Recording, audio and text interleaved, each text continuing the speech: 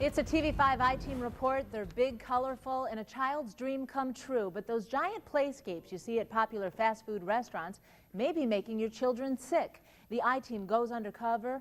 What we found out may turn your stomach.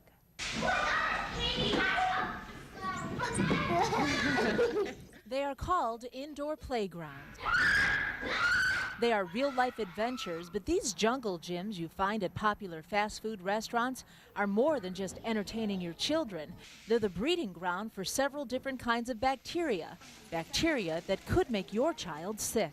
Liquid has no bacteria inside. The I-Team teamed up with this biology class at Saginaw Valley State University. These students set out to do a little undercover work, swabbing the playscapes at this McDonald's restaurant off of Bay and Weiss Roads in Saginaw Township, this Burger King off State Street in Saginaw Township, and this Chuck E. Cheese off Bay Road in Cotchville Township. The students swabbed several areas of the playscapes inside and out. Like the steering wheel that the kids play with, that looked dirty, and actually when I swabbed that, the swab turned like dirty, black. The students smeared the swabs onto separate sterilized plates where they were put into an incubator for 24 hours, allowing bacteria to grow. So, what did we find? We found a lot of bacteria. Take a look for yourself. The white spots are growing bacteria. All of the plates from all three restaurants show bacteria. Some spots more than others, like this one taken from the entrance of the Jungle Gym at the Burger King. And take a look at the contamination where your children place their shoes. At McDonald's, much of the same, different bacteria growing. And remember that steering wheel that looked dirty? The results show it's not that dirty after all. At Chuck E. Cheese, mild forms of bacteria in some places, like the inside corner of the tubes. Now compare that to this. The inside of the slide, you can see many more bacteria growing. And that's not all. When tested for fecal bacteria, the results came back positive, meaning anyone can get sick if they touch that area and didn't wash their hands before eating. We contacted the corporate office for Chuck E. Cheese in Dallas, Texas. The executive vice president told us he's disappointed with the results of our undercover test and said he was going to contact the restaurant manager to find out what went wrong. That manager, by the way, tells us the inside of the tubes are scrubbed twice a day with a cleaning solution that kills 99% of bacteria and mold. The outside is cleaned 3 times a week. And the McDonald's Jungle Gym, their response, quote, "We took immediate action upon learning of this situation and re-sanitized our play place. We take the wellness and safety of our customers very seriously and will continue to maintain the highest levels of cleanliness on behalf of our customers." And Burger King, managers there say each night a team member thoroughly wipes down the play area with a sanitizing solution. On a monthly basis, a professional service cleans and sanitizes the entire play area structure. On a regular basis, we have a professional carpet service clean the foam walk area. Now, doctors recommend if you don't want your child to get sick from these jungle gyms, it's always a good idea to carry a hand sanitizer or antibacterial wipes in your purse. That way your children can wipe their hands before they do eat, and that's important because a lot of these kids are playing in these tubes, and they come down because the food's there, and then they just go right and they eat without washing their hands. So the big key, wash your hands. Wash your hands because constantly. Yeah, they're filled with bacteria, and it's normal to have the bacteria. A lot of people have bacteria on their skin, but the fecal bacteria is something to be concerned about. All right. It's a love story that has people in Bay City talking. I found her on the internet. Dan Van had a dream about his new love. She's 10 feet tall. She weighs approximately 250, 300 pounds. To Dan, she's simply an angel. I saw a dozen angels. It was incredible. 3 years ago, Dan had bypass surgery. When I came home from the hospital, I was having nightmares because of the anesthetic. One night, to rid the demons, he decided to play angel music. About 1:30 in the morning, I woke up and there were... That's when Dan says he saw them, and Mackenzie, as he calls her, was just one. Because I was looking for what I saw, right. And she's very close. The reason that she's up there is that we're in the process of renovating the building to open a bed and breakfast called the Angel's Lair.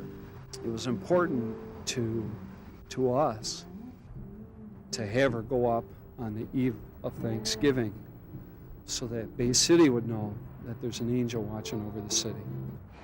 Herbert Doan remembers the little things about his grandfather, Herbert H. Dow. He went to Japan a couple of times and brought back those very complicated wood puzzles. If you get them apart, you can't get them back together. Well, he liked to put them back together. He was only 8 years old when the man who saved Midland died. By the time he got here, lumber was already gone, so it was going to disappear. The town was going to go away.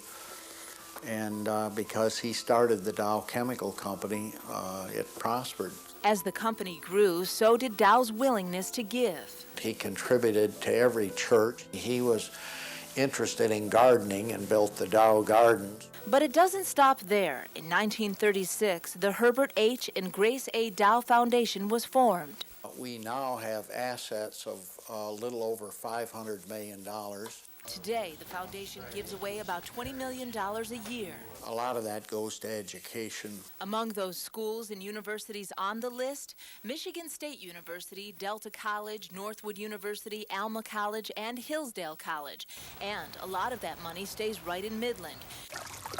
There's the Dow Gardens, the Midland Center for the Arts. It's Midland schools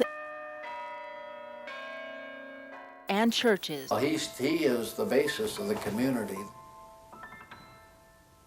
I don't think he really had any enemies. He was a philanthropist who almost single-handedly added to the lives of just about every person who lived in the town he loved, Saginaw. Yeah, he enjoyed life very much. Frank Anderson came to Saginaw County in 1923. He built his fortune in the sand and gravel business. And he was a hard worker. All the money he made himself. And he gave a lot of that money right back to the community. Coming out of the church, the first name I saw was Frank Anderson, and donated the organ and the music and the piano to the church. Frank Anderson is everywhere. Anderson died just a few years ago at the age of 108, but still today he's giving away the fortune he made while living. Most of the people see what he did with his money, but he gave so much of himself. I never realized how many different entities we have around Saginaw here that need money. Anderson trusted longtime friend Bill McNally to look after the money in his foundation. Here's a look at just a few organizations that are getting financial support from Anderson's foundation, among them the Boys and Girls Club of Saginaw County and the City Rescue Mission. What do you think this area would be without somebody like Frank Anderson? Well, it'd be poor, there's no question about it. All you got to do is take away the gifts that he has made and the gifts that we're going to make. Charles Stewart Mott was the son of a man who made a fortune in the cider business, but unlike most of his family, he had another calling. He often said his success came in some measure from being in the right place at the right time and making the right decision. A calling to one day be one of the most successful men in the automotive business. We were invited to come out here and look things over, and did so just before Labor Day, 1905. And we'd been invited to start a branch out here in Flint. And so Mott did, and he made a lot of money. Mr. Mott, to what do you owe your fortune? He said, young man, and he shook his finger, and his voice wavered a little bit, and he said, young man, get your hands on all the General Motors stock you can and never sell it. The man who originally moved to Flint to supply axles to Buick motor cars wound up becoming the vice president of the world's largest corporation, General Motors. But as much as Mott was wealthy, he was also rich in giving. Go just about anywhere in Flint and you're sure to see the Mott name. He believed in getting things started. Right.